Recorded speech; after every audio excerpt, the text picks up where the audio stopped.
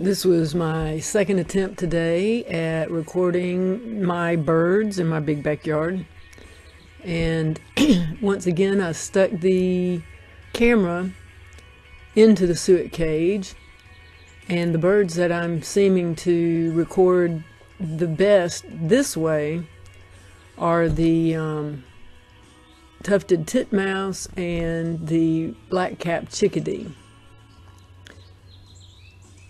I've seen all kinds of other birds come to the feeder while the camera was out there, but you can't see them because they feed around the edges and down below the bottom and not from the front like these birds. So the camera's out there recording in a different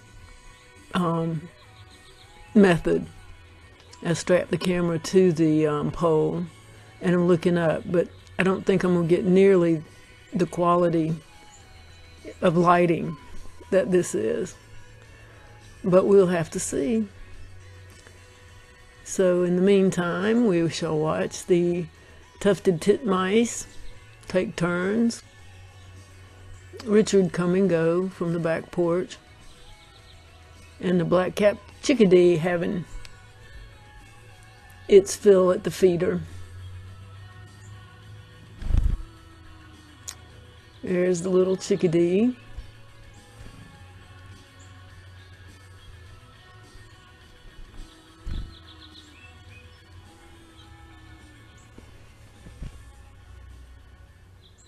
I don't know how many different ones have come to the feeder, but cute little birds. Jim Jackson used to call his students his little chickadees.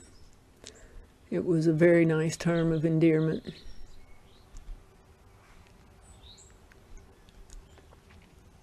So I can't tell what kind of seeds the black-capped chickadee is getting.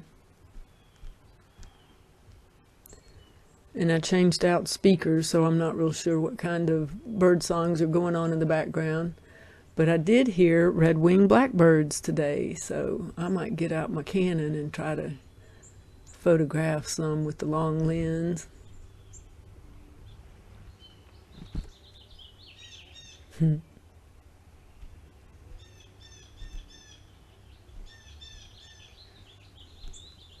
While this was recording, I was cleaning kitchen and having some lunch.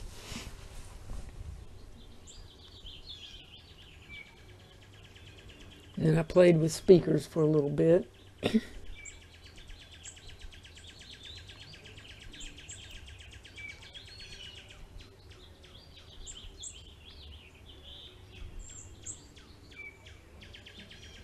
I need to do some housework, but this is much more fun.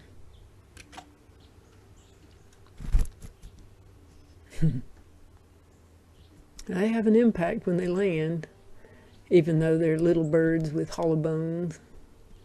They probably don't even weigh a gram or two. Well, maybe more than a couple of grams. But